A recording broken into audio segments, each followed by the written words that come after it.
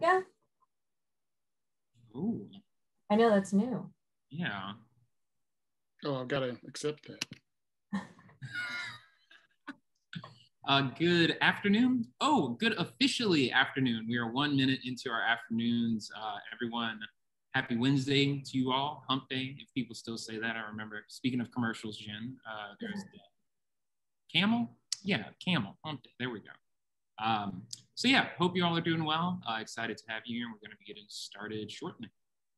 Yeah, I had no idea where hump day came from. I didn't know that it was from that. Interesting. Well, this is the middle of the week, right? Yeah. Oh, I get it. Okay, I see now. You can like the level of productivity, like people are more productive on Wednesdays and the closer it gets to Friday. I just never heard the camel reference, but I like it. It was a commercial. You like commercials. We were just talking. I'm failing already. I don't even have cable. I'm trying to appeal to things that you're aware of and like. That's hilarious. Oh, goodness. Well, hopefully now that things are, weather's warming up, people are getting out there. I'm really looking forward to less Netflix and more getting out and enjoying things and people and doing stuff. We just signed up. We're going to be the zero waste folks here at Public Works. We're going to be at the movies in the park that are coming up in June. So super excited about things like that. I don't know about you all or folks in the chat. If you're hanging out, looking forward to things that are happening, that are opening up now, let us know what kind of plans you might have in our chat while we wait to get folks logged in. Yep. I and my fiance went out to dinner for the first time in a while last week. It was really nice. And then we went to a brewery last night. Look at us, mixing it up, out and about. It's crazy. It's nice. Yeah, you're living reckless. Yeah. Just wide open with it. It's still a little weird, and there's some things I am still not doing yet. Like I went to the doctor's office a couple weeks ago, and there was an elevator, and I was like, I'll just take the stairs. If I have to think about it too much, then I'm just not going to do it. Understood. I would just take the stairs for all the reasons of elevators are terrifying, and a tiny enclosed box. It feels I'm not a fan of elevators. They can fall. Wow. I've been in an elevator that fell a few floors before, so I'll take the stairs every single time if I can. I have an elevator trauma story since we're just sharing. It also was I got my first library card when I was 3 or 4. And I also got myself locked in a library elevator that day. It's like a 2-story elevator thing. And so I was 3 or 4. I see like a guy get on the elevator and go up, and I'm like, that looks great. And so the elevator comes back down, and I walk into the elevator, and I don't press any like numbers for the floors. I'm just chilling in the elevator for a while. That chilling turns into anxiety, which turns into terror. And then I'm just screaming and banging on the elevator door. And then somebody just clicked that door open button. Yeah, my mom was upset, but I did get my library card, and I got a bunch of books and went home. Support your local libraries, I think is what I'm trying to say. Oh, absolutely. They're open now too, so a lot of good stuff. All right, well, I think we are good to maybe go ahead and get ourselves started for today's episode. We're really excited to get into it today.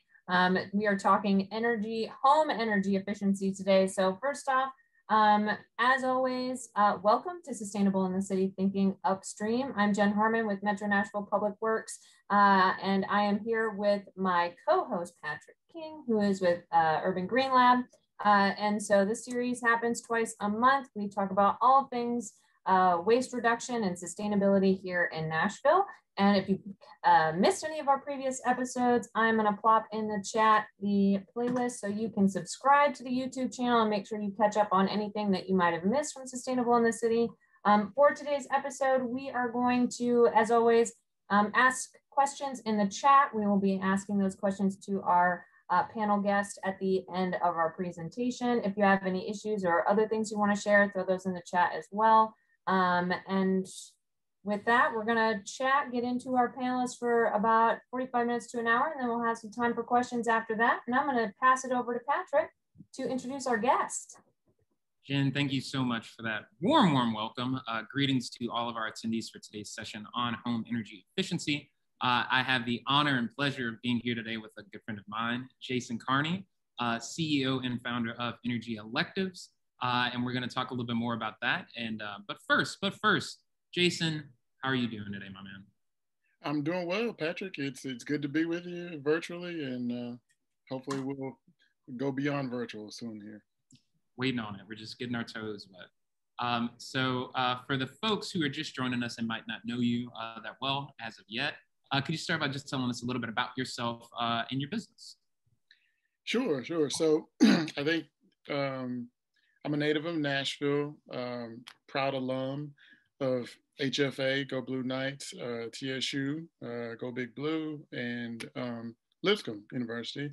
I'm co-minister of the O'Hickory Boulevard Church of Christ, board member of TIPL, which is Tennessee Interfaith Power and Light, recent board member of the Cumberland River Compact, and president of the Tennessee Solar Energy Association. I know that's a mouthful. And then what I do for most of my day is I'm owner of Energy Electives, which is a solar and energy efficiency company.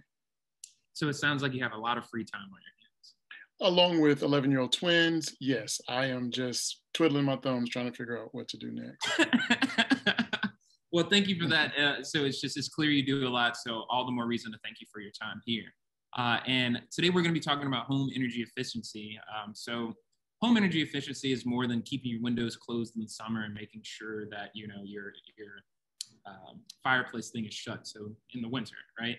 But what are some of the things that make homes energy efficient to begin with? So I think the best way to answer this question is to discuss kind of what your home demands or the load profile of a home. And so typically HVAC takes up nearly 50% of your energy load or energy demand for the average home. So using a highly efficient air conditioner along with keeping that conditioned air in your home for as long as possible through air sealing or duct sealing or an increased insulation. That's kind of where you'd probably start with what's one of the major things that can make a home inefficient. It's inefficient production of conditioned air, and then inefficient retainage of that air through leaks of various kinds. Okay, so it's bringing air in and also keeping air in as opposed to like letting it escape, right? So it's kind of like, I don't know, I feel like you just described kind of like a closed system or a system that should be closed. Nearly. I mean, you need some fresh air. So you don't want it to be completely closed unless you also have a way of introducing fresh air. Most homes don't have a mechanical way of introducing fresh air. So you want some leakage. I'm forgetting the word that we use for it, but you want some leakage. You just don't want it to be porous, so that some fresh air comes in kind of in a natural way, while you're keeping as much in as possible to keep from overly running your air conditioner. Okay. So something that you all do at Energy Electives is a home energy audit where you go in and this is me speculating. Hopefully you can provide a little bit more knowledge on this, but you go in and kind of just take an assessment of, where is the energy efficiencies within a home, kind of taking a holistic look at everything. Could you maybe just walk us through the process of what that looks like on your end for a home energy audit? Yeah, sure. So I kind of introduce kind of an audit and how we would approach it. So we work with TVA's eScore program to provide these audits, and the eScore program is really good, as a kind of unbiased third party look at the work that's been done by the contractor like me. But if you were to call us, then we would say, okay, do you want a full audit or do you want to walk through visual inspection? So the walkthrough visual inspection is free, and we can either do it ourselves or have TVA look at it for you, or come with them as they do it, or we can do what we call full energy audit with home depressurization and even solar potential at that home.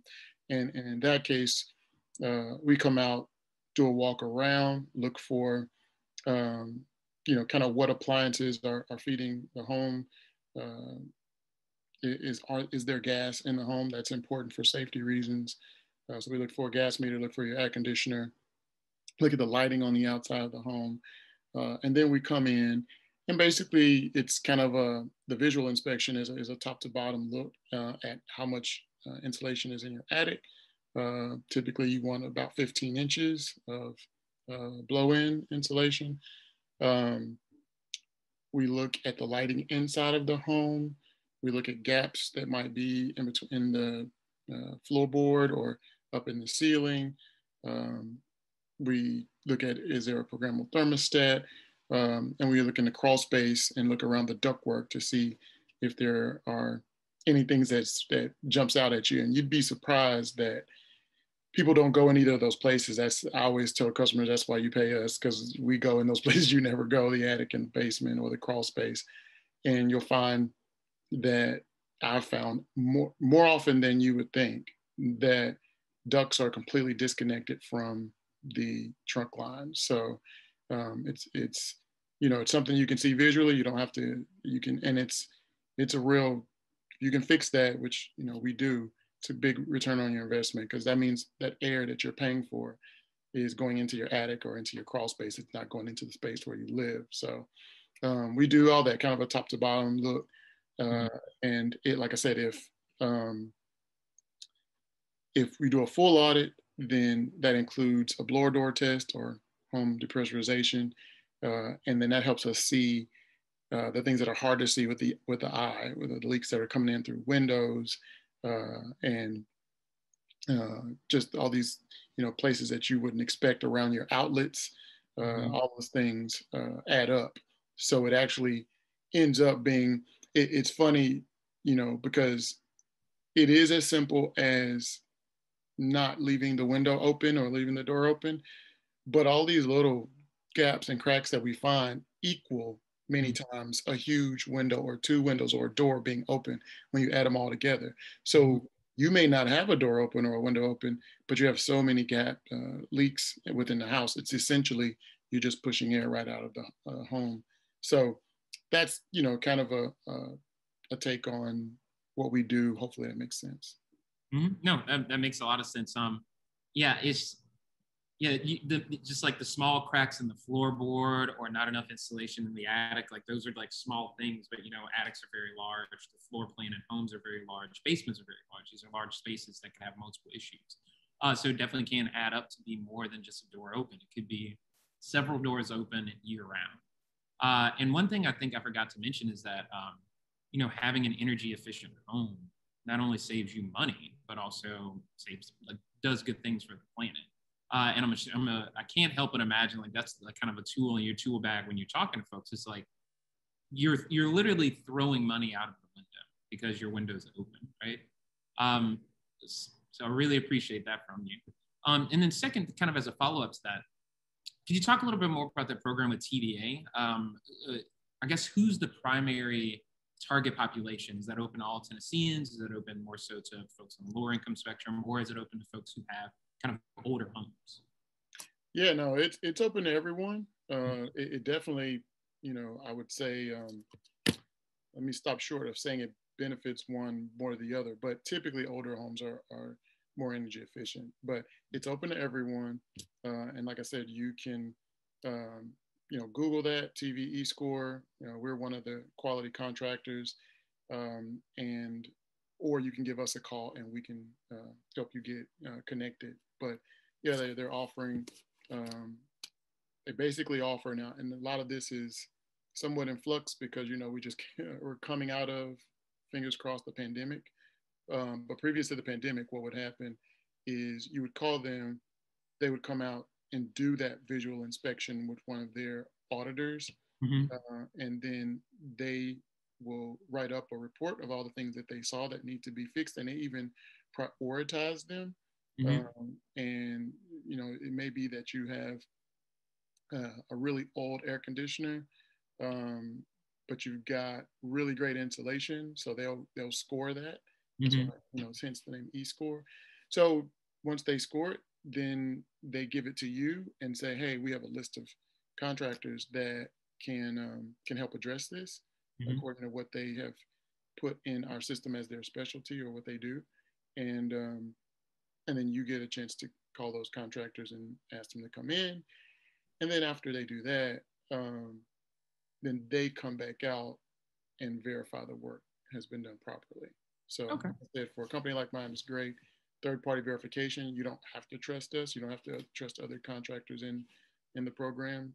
Just follow that program and you should get a decent outcome. Yeah. It's interesting. It's kind of like, I would imagine that most homeowners or renters just aren't aware of like these kind of programs that exist to, if you're interested in making your home more energy efficient, there are programs out there. This is the first time I'm hearing about it. So it's great to know that there is stuff out there for folks that are interested. Yeah. I'm not sure about renters, but it definitely is for homeowners. But if you are renting and you have the responsibility of your electric bill, then I would still call and see if they do that for renters, or either just talk with your landlord and say, you know, why not do this free program to find out what's going on? Yeah, because it saves you money, right? So why wouldn't you look into it? Yeah. Exactly. So kind of following that, yeah. So not all homes are the same. Do you find much of a difference between homes in newer versus older neighborhoods? And kind of as an additional question to that, wealthier versus less wealthy communities? So to that end, you know, as far as us doing an audit, we have a matrix in that if you call in and said, hey, I'd like to do an audit, then we want to know the age of your home and the square footage of your home. So those two things help us to determine, you know, what the cost of our audit would be. But yes, if the home is older, it was built under different building codes or different building efficiency standards. So yes, an older home is probably going to have a lot more that we're identifying and that we have to write up in a report. And then if it's, you know, 2,500 plus square feet, that's a lot of ground to cover. So we're doing a lot of work there. But yes, it's difficult for low and moderate income folks to take the time to put the investment, because it is an investment. You've got to put more insulation in. You've got to, you know, put a new air conditioning unit in, and it's difficult. It's the best way I can say it. It's difficult to say, hey, you're already struggling to make ends meet. But one of the reasons that you're struggling is because your electric bill is $300 or $400 a month, and you now need to go and take, $6,000 to $8,000 to invest in that to make that energy bill go down. Well, that's difficult. But I will say this, that there is help for low and moderate income folks with that in that regard. There was a resolution by Metro Council called Rounded Up, and now it's not called Stay in Place. And it was approved by the Metro Council at the end of last year. And NES's board approved it at the beginning of this year. And now NES is working to implement it. And the way it works is NES is to round up your electric bill to the nearest dollar and take that change and use it to fund programs for, to fund this type of program that helps, they call it a home energy uplift, to help fund home energy uplift. So to be clear about some things, it is completely voluntary. It initially includes every one of NES's customers, but if those pennies and dimes and quarters are much for you, then you just let them know. It hasn't been implemented yet, but it has been approved, and I'm hoping that they will implement soon. But even in the event that they do, it is completely voluntary. After everyone is brought in, then if I think on average, you might, for a year, might donate on average $6 for a year. So it's, as little as 12 cents, as much as $11.88. So, it is something great that we can all do to help our neighbor who's really struggling and has to choose between, paying the electric bill or buying their medicine or groceries, for their children or for themselves.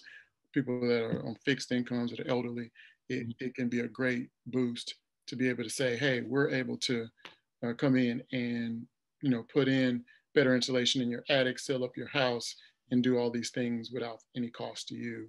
So there is help for those. And I would hope and ask that you would call on your council person to ask them, where is this program? Where are we at, status of it? Or call NES directly and ask them, what is the status of the program? Because I think it'll be a help for, like I said, these folks that need it the most vulnerable. But I also think the E-Score program for everyone else, because it's not, you don't have to do big ticket items. You can do something as simple as air sealing, according to the size of your home now, but you can do something as simple as air sealing that can really save you a lot. Yeah. All great points. This kind of goes back to what I just said about those programs existing. It's really awesome that we have something here in Nashville that kind of like addresses that disproportionate energy burden that low-income communities face. And I think it's like on average, like folks on like the lower income spectrum spend 3 times as much proportionate to how much they make on cooling and heating their homes. And it's just kind of like, it's like a really messed up double whammy. It's like you already have the least and you are paying the most for these services, right? And I really like the Roundup program because it just seems like a kind of passive way to help out people while also, it's just like a passive way to just help the community and make it better. Because the less money that they're spending also means the less energy and power that they're using, which means there's less greenhouse gas emissions coming from electricity production here in Nashville.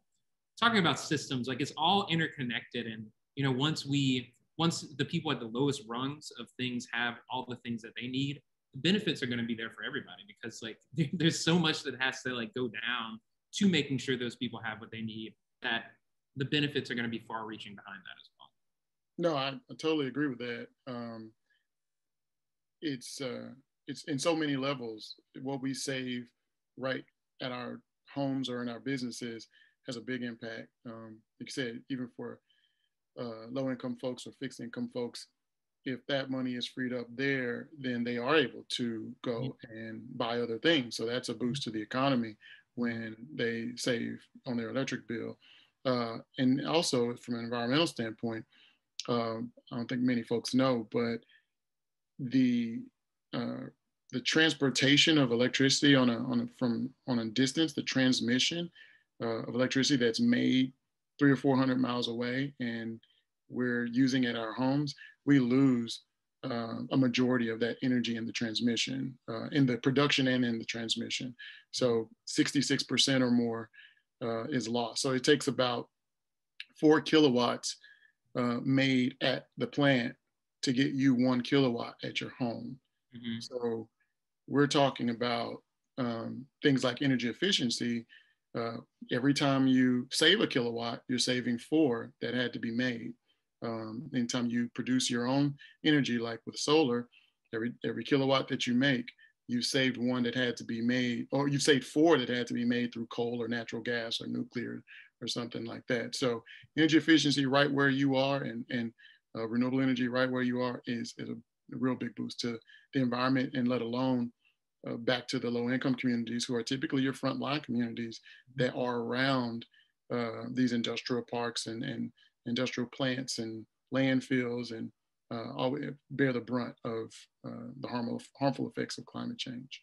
Yeah, absolutely agree with you there. And this isn't one of my questions, but you kind of just hit off on a very interesting note that I kind of want to follow about the environmental impact. But why is it that our current electrical grid is so inefficient? Why is it that 4 kilowatts of power produced at a plant translates to 1 arriving at my house? Right. So in the production of coal, I mean, I'll try to keep it simple. My background is a mechanical engineer, so there's, a lot of jargon, but just engines in and of itself are not, they're not 100% efficient. I think the ideal engine, which I think is the Carney engine, is like 40% efficient. So there's just heat loss is a lot of the inefficiency of making things. So when you're burning coal, a lot of that heat's just going up and out into the environment. Some of it is being used to turn into steam, to turn turbines, to make electricity, but not all of it is. And that's just the inefficiency of engines and of making things. So, and then the transportation of it is over long distances. And then there's also some loss in that process as well. So it's just a known part of basically 40% of the gasoline in your car is what's using to push your car. The other is lost to, the exhaust and other things and heat. So it's just an inefficient process. And like I said, energy efficiency right where you are can be a big help to the environment in a number of ways. Yeah. Yeah. It's, I don't know. It's one of those things that just floors me that about what we find acceptable. Like 40% efficiency in engines is okay. Electricity production and transportation, we're fine with 25%. That's wild to me. Like there's so much more we're just losing. That's just evaporating. And that's just that's how it is, right? Yeah.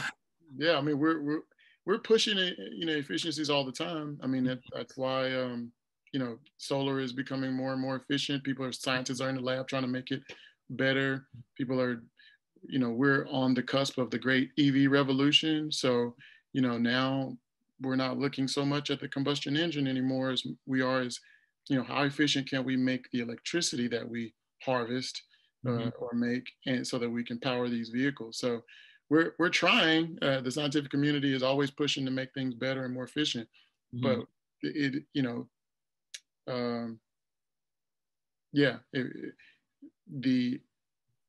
fossil fuel economy is an inefficient economy in and of itself. It may make you rich if you're on the top of it, but it's not very efficient. It's pretty bad for the environment.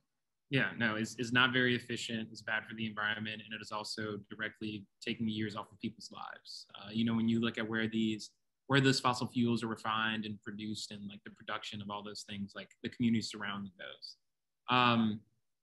Yeah, and you bring up a great point. I don't want to be too doom and gloom because we are. I feel like we might be at the nexus of a sea change around EVs, around solars, around batteries, around capacity and things like that. There are technologies that exist that are more efficient and they are becoming more mainstream. And the biggest ticker there is that they're becoming cheaper, right? Yeah. They are. Yeah. I've had this conversation. Even my kids were, I don't know if an ad, somehow snuck into one of their anime videos or they were watching, but I've had this conversation with adults and with my own 11-year-olds that the EVs are coming, and Tesla's Cybertruck is coming. It's this amazing vehicle that does a bunch of stuff. And the Ford F-150, the Lightning, they're calling it, that is very exciting. Someone was telling me, not only is there a bed, but there's trunk space in the hood where the engine would be. Incredible amount of storage that you could do with that. And then the best part is the base model is $39,900. So we're talking about a F-150 EV for about $40,000 base. That's going to change a lot. Yeah. I saw that. It's really exciting, and I've listened to this podcast that just talks about climate solutions and stuff like that. There are more EVs that are being cheaply made, is not cheaply made, but are cheaper to produce and sell to consumers. But when there are more of those EVs out, that means also there are more used EVs or used hybrids. So for both people who want to get a new car, people who want to get a new used car, there are cheaper entryways into that conversation. And I don't want to do any buzz marketing for Ford or anything like that. But I also saw, what did you say? I was saying, me either. And you know, we're in Tennessee, so we have to talk about the Leaf. I mean, everyone I know that has an electric vehicle, and I'm working towards that, but everyone I know says I love it. So yeah. And I also saw that the Ford, the Lightning, the F-150 can also just power a home for 3 days as well. Amazing. So it's not just you're doing a good thing for the planet and also, you know, the sea change with EVs, but like the larger conversation of you can power your home from your electric vehicle for 3 days in case of an emergency. And like those things are only going to get more ubiquitous, and like the capacity is going to be extended. Like it's not crazy to imagine that in 10 years from now, your car can power your home for a week in an emergency. That's very true. Didn't think about that. That's a great thought. And another great feature of these EVs, you know, there was always this range anxiety. So their range is getting longer and longer. So it's definitely addressing that range anxiety. And then also there's a huge push for more infrastructure. So I think, you know, 5-10 years from now, we won't have any range anxiety because there'll be another charging station not very far. And as you said, as things get better, it'll take less and less time to recharge. Yeah, I mean, right now there are already like superchargers that exist with states with a robust EV infrastructure that, you know, you're on a road trip, like your car lasts for, let's say, 100 miles, 150 miles. I think the max range right now is 300. But you essentially pull into a rest area, you can have a picnic with your family, 10, 15 minutes, your car is fully charged up for another 300 miles. And that's right now. Right. Not to mention, like 10 years from now, it could be just as quickly as getting gas. I can't, when our children grow up, our grandchildren grow up, they'll be like, it's normal. We'll be like, you don't understand. You do not get it. Like gas, why are y'all stopping to get, like, I don't understand. Like, are you really worried about where the next charging station is, Granddad? Like, yeah, where is it? Yeah. You know, they're just going to be just as ubiquitous as gas stations. And also, like, these are going to be the conversations that, you know, hopefully a majority of folks are going to be having soon, just because we live in a society where we can talk about doing the right thing, and that's great. But until it's like, it's cheaper to do the right thing, we won't get as much buy-in from folks. And that's the conversation we're having right now. It's like, if you're in the market for a new car, like, are you trying to pay, you know, $300 worth of gas every 2 weeks or a month, you know? Yeah. I mean, you know, other thing I'm thinking, you know, there's a local company that does ride share and only EVs. So again, as we have this sea change, like I said, when our grandkids come, maybe sooner, if you pull up in an ICE car and an internal combustion engine, they'll be like, what in the world? Why are you? Oh man, yeah, I'm really looking forward to it. And then just all the other technologies that come along with that around transit as well, specifically transit, you know, and I know we're on a severe tangent right now. I know, I'm sorry, but me and you talking like this. You know, we'll put a pin in that. We'll just talk about it.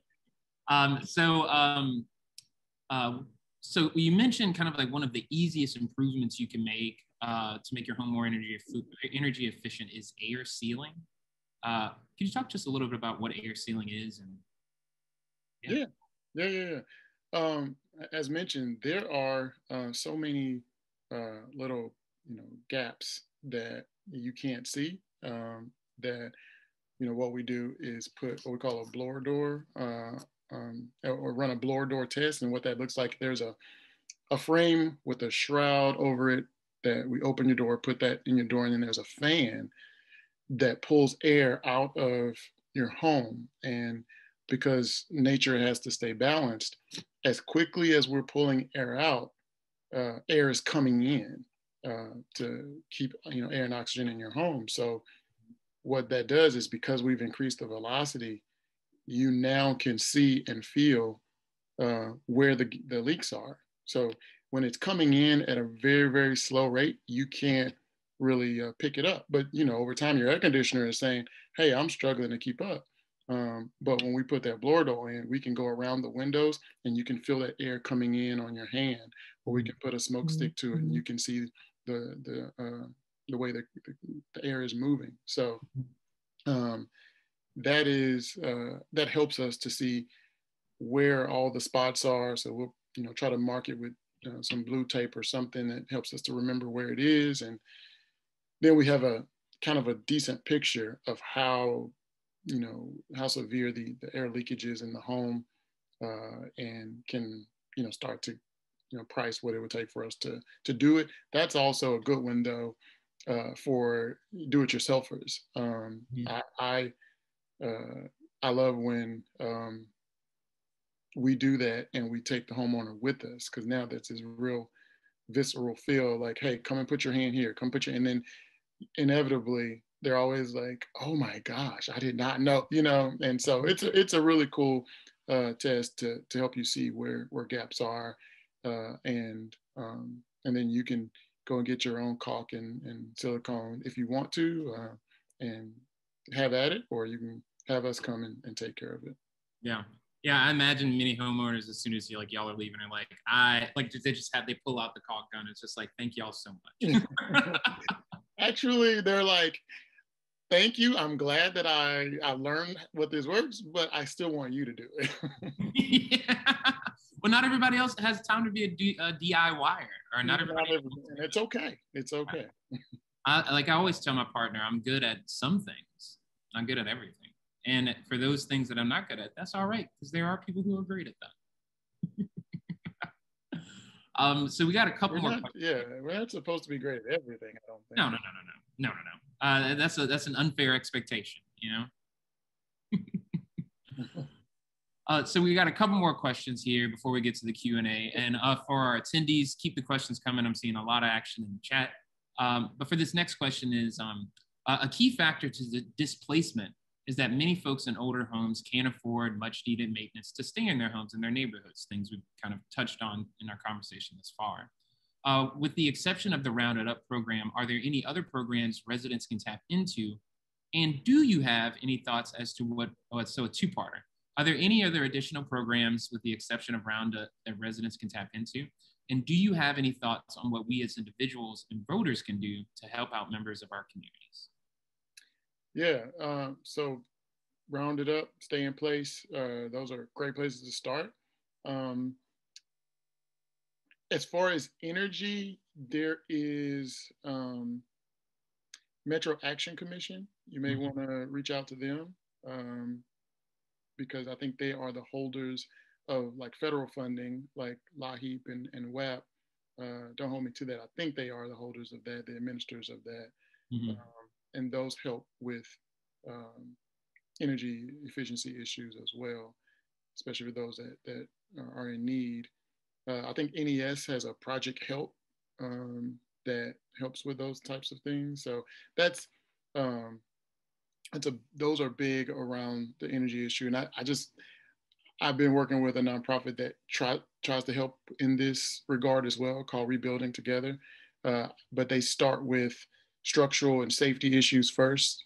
So if there's, holes in the floor or, ceiling or in the roof, then that's where, they work first. But if there's, other ways like through added insulation or things like that, then they also try to help with that. Yeah. Thank you for that. And we are going to include those links in our follow-up email, as well with the other programs and stuff that's been mentioned thus far. So this is a question, and I maybe want to break it up into two questions, but we already touched off on a little bit of this.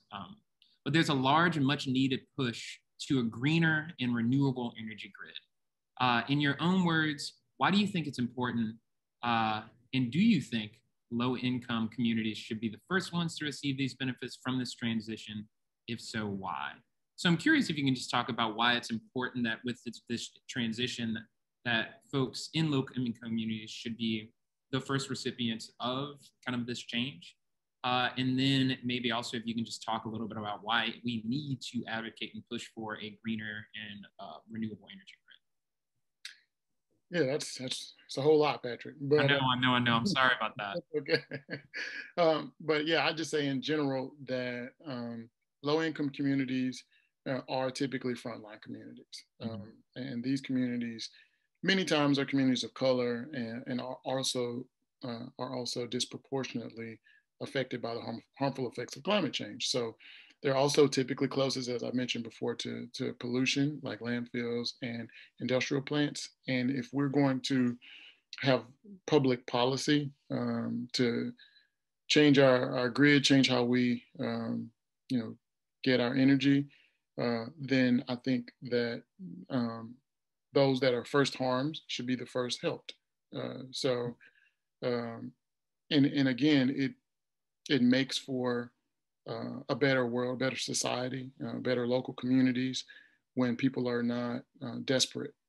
Because when people become desperate, through needing funds and finances, then all kinds of things happen. So energy efficiency and solar are not something that can be outsourced to another country. You've got to use folks that are fairly local.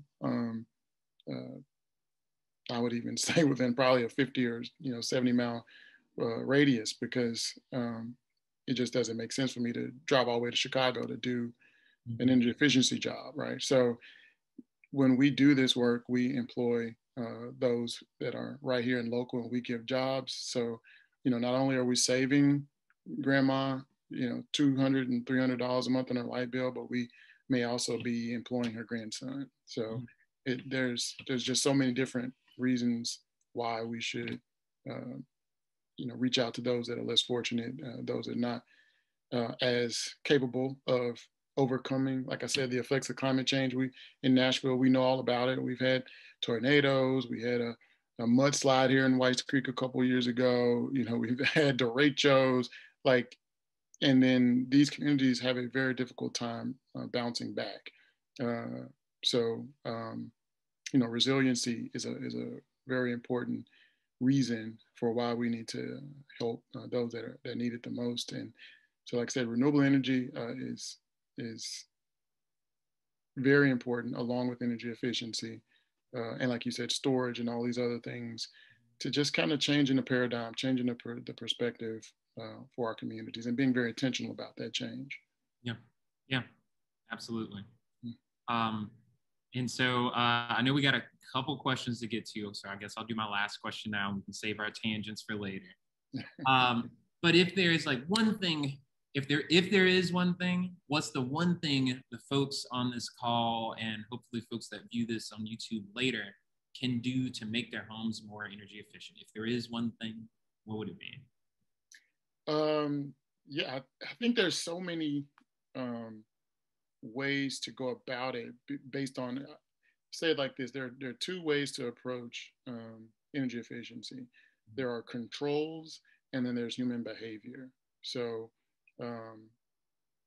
if you have great controls, like you got a thermostat, a programmable thermostat, then that takes out, its intention is intended to take out the human error. So but you've got a programmable thermostat, and then you move out of that building or that home and someone else comes in, those controls aren't set for that other person.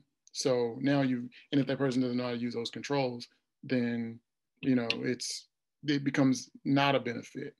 Then there's human behavior. If you can just teach people, hey, look, turn the thermostat down when you're going to be away for the next 2 or 3 days or something like that, right? But if humans may forget, so that's why controls are good. So there's so many different ways. Some people are very technical and can keep up with it, and some people are not. So to me, there's no silver bullets. People are different, but I think the first thing to do is just start with an audit, get educated. I think once you're educated, then you can fashion it and customize, whatever you would like for what fits you and your family or your home or your business. So I think just starting with an audit would be the one thing, besides, again, calling NES, calling your council person and telling them to find out what the status of Rounded Up is. Yeah. as a very good quotable last statement. Start an audit. Start an audit. And also very engineering of you. I can't help it. All right, well, Jason, thank you so much for being with us here today. I am going to bring in the co-hostess with the mostest with those Q&A questions. And again, to our attendees, if you still have any questions, feel free to share those with us. And Jenn, lay it on us. Yes. And I did just want to share, we got a note from Laurel Creech, one of my colleagues, and she said that NES will be sharing the Roundup plan at their next board meeting in June. So there might be some more information coming out about that. All right, let me jump into our questions here. We got a lot of really good ones. So if there are more, please continue to shoot those into the chat. Our first one, talking about those audits. By the way, this was fascinating. It's just so interesting. I've gotten to participate in one of those, the thing that you were talking about where they close up the house and then you can feel all the spots of the air coming through. It is just, it's crazy where those weird spaces that you would never have thought that air was getting into your home. It's just really, really great information. So our first question is about those audits. How much roughly would a full audit cost? This person is wanting to know for an 850 square foot home built in 1950. But if you can provide any kind of, just kind of a ballpark of what does it cost to get a home audit for folks? Yeah, so again, I have a matrix to look at that. That's a smaller square footage, but it is an older home. So it'd be hard to, I don't keep that in my head. You give us a call, give us an email, email me at sales, SALES, at energyelectives.com. That's sales at energy, ELECTIVES.com. And we'll take a look at that and give you an idea of what 800 square feet, 1950 would run you. And I just popped that email address in the chat for everybody, and we'll follow up in our follow-up email. We'll share that as well. So if others want to get that information, they can contact that way. All right, our next question is comes from Debbie. She replaced her HVAC unit with a 15-SEER dual speed, just had ductwork completely replaced. She's scheduled to have her crawl space encapsulated and dehumidifier added next month. She says she's asked that the old subfloor insulation be removed because it's nasty and old. And so she's wondering, does she need to replace that insulation? The insulation in the floor? In the subfloor. The subfloor. If you're already opening it up and you can, then I'd say the easy answer is yes. But what you've done, yeah, go Debbie. What you've done is pretty darn good. So, you know, there is a law of diminishing returns, right? You do so much that it's not getting you as much return as when you first started. So I would say you're there yet, but I do think you have a great start. Awesome. And then we've got another question about the home audit programs and some of the things we were talking about, the evaluations. Someone lives outside of Davidson County. So could you talk about what's available to folks that are outside of Davidson County to get those audit programs? Yeah, so I know that the major cities all have their own programs. The E-Score program is statewide. So you can be found no matter where you are in Tennessee. But then some of those more specific, like Rounded Up, is Nashville, Davidson County specific. And then there are other ones similar in the other major cities.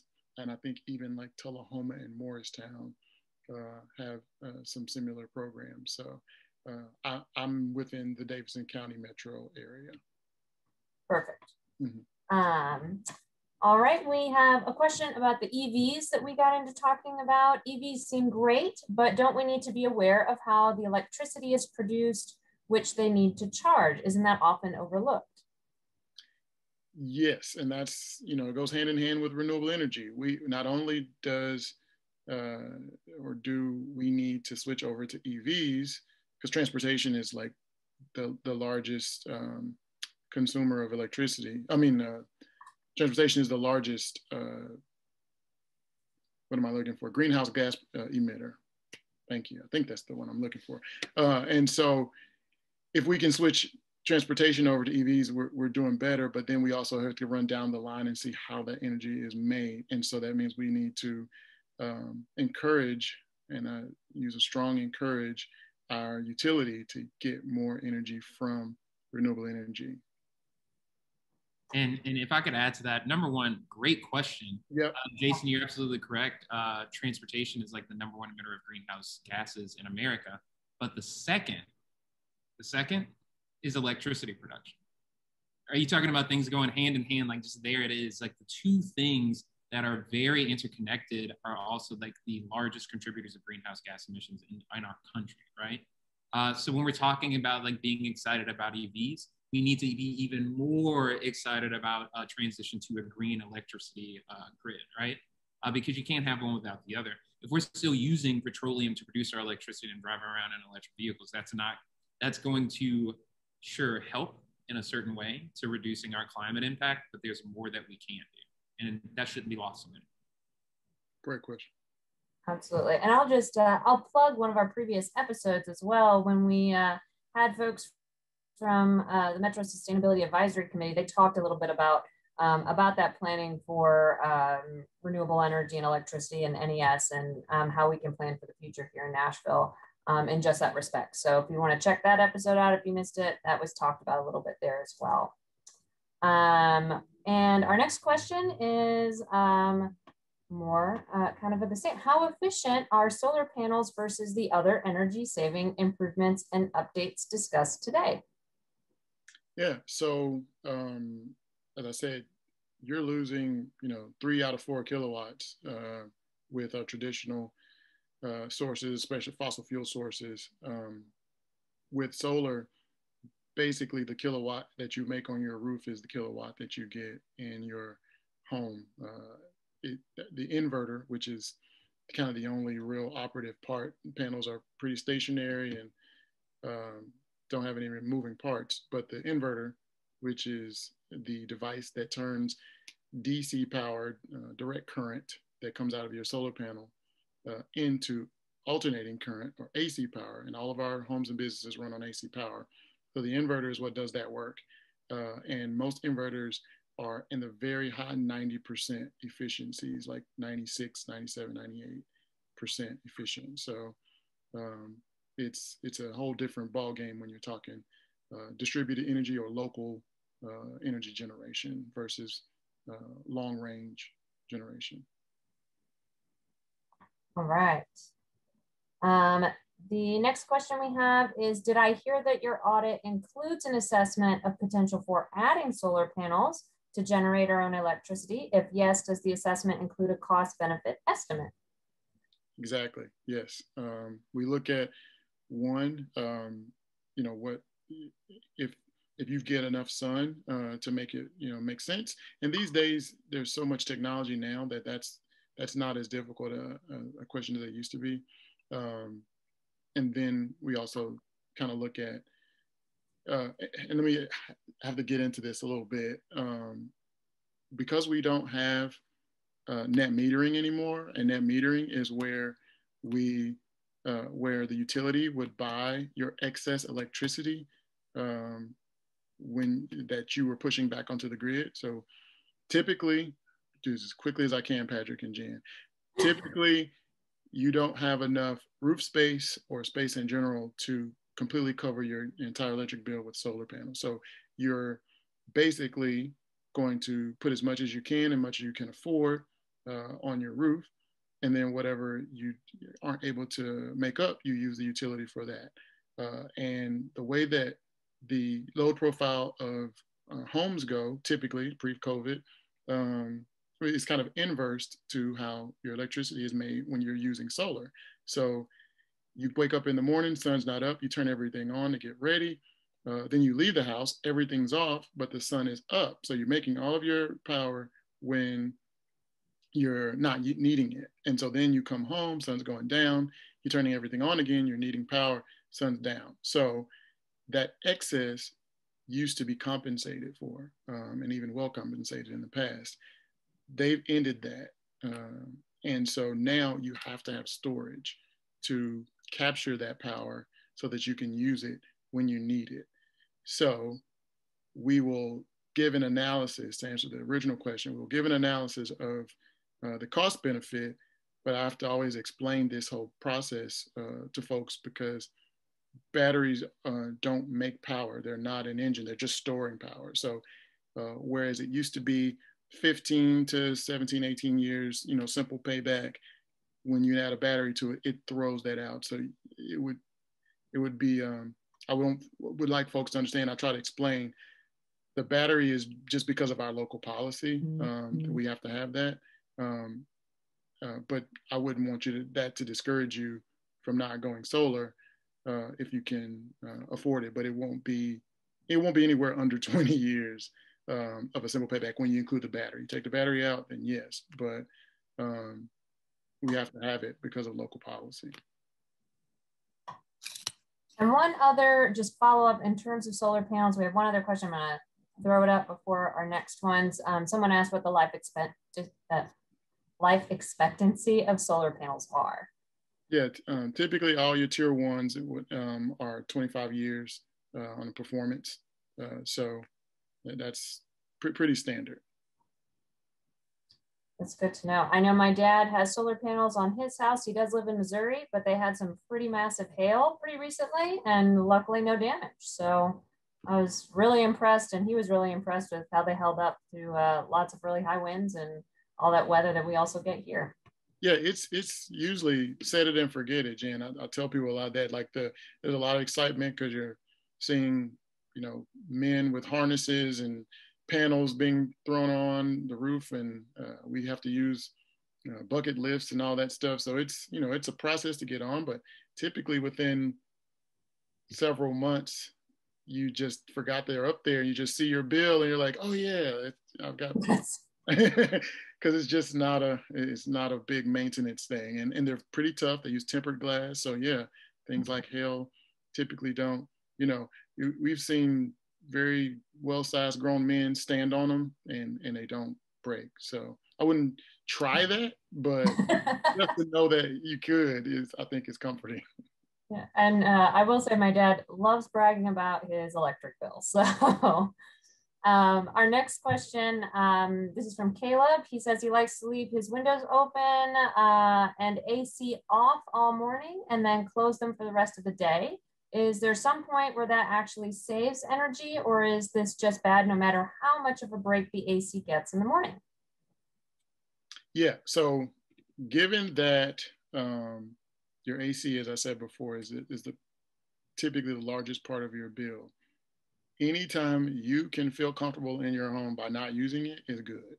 So for some people, my wife, she likes it sweltering, but for me, I like it freezing. So everyone's going to be different. Somebody may leave it open on a really warm day, and some others like, nah, that's too hot, I got to turn my AC on. But yeah, typically anytime you cannot use your air conditioning, especially in the summer, that's going to impact your bill pretty well. Great.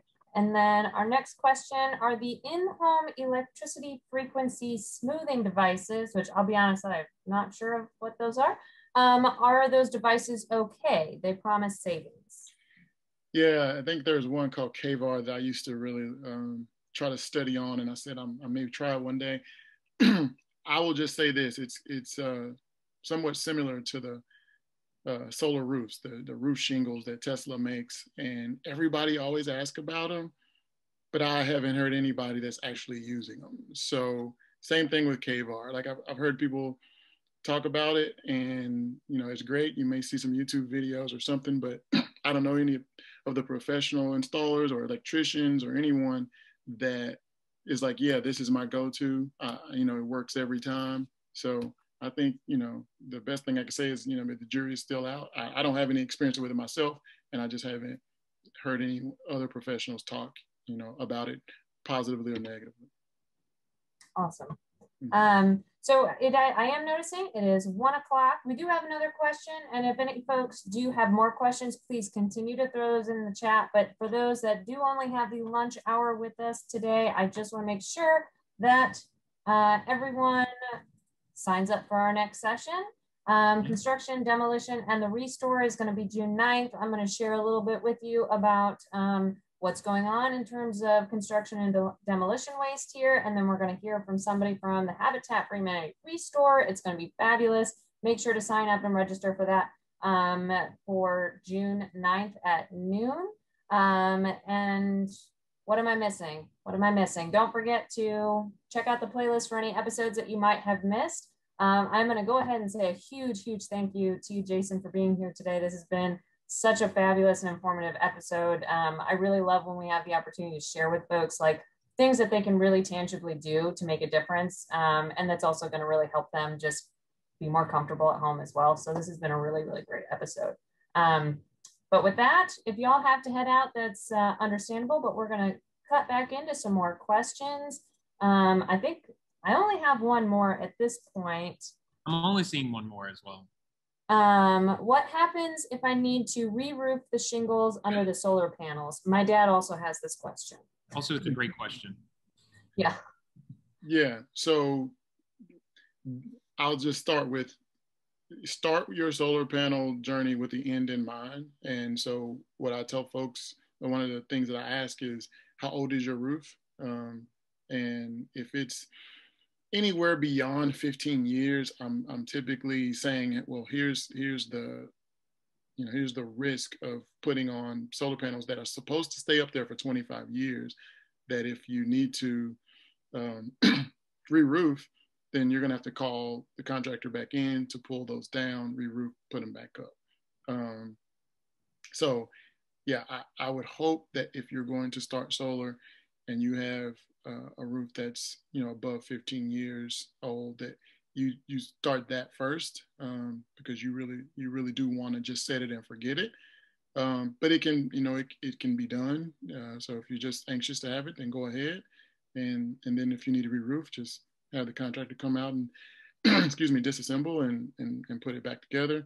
I have not done one of those yet, because like I said, I try to discourage folks that need re-roofing very soon. And also, I've said this to homeowners before, that roofs are not like milk. They don't just go bad naturally. They go bad because they're exposed to the elements. And so when you put solar on, it protects a little bit from the elements. So it may preserve for a little longer than what a natural roof would last. So. Cool. Mm-hmm. Oh, we've got another one. Is anyone using a combination of wind turbine and solar to meet demands when the sun isn't supplying the solar? Yeah, that is not typical. So we're in Tennessee, and wind is not typically a plentiful source in this area. If you live in some rural area where you're not near a lot of people, and you just want wind, then just push up a pole high enough and you'll get enough wind. But it would have to be pretty high I think there's a place called Buffalo Mountain in Tennessee that has wind. Then if you drive north on 65, you'll see this huge wind farm somewhere in Indiana. But these are typically like large commercial applications. For residential, it's not. Wind in Tennessee is not been shown to be viable residentially. So, but yes, the commercial and industrial space, they are using wind and solar and other renewable sources. TVA actually uses electricity from wind. I'm wondering if they still do, but it was in their documents that they buy wind power from really far away and have it transmitted to them. I don't see any other questions in our chat at this time. So I think we'll go ahead and wrap up. This has been really, really great. So much wonderful information. So thank you again for being here, Jason, and answering our questions, helping our folks. And Patrick, do you want to lead us out? Yeah, I would love to. Jason, as always, it's a pleasure to talk to you. Can't wait to kind of touch off on those tangents a little bit more. Maybe we can have our own parallel show of just Patrick and Jason's tangents. But to our viewers who are here today, thank you so much. Jason, again, I cannot thank you enough for your time today as probably like the most productive person in Nashville, Tennessee. I'll go ahead and say it. So we appreciate that. We appreciate our viewers. We hope to see you on June 9th.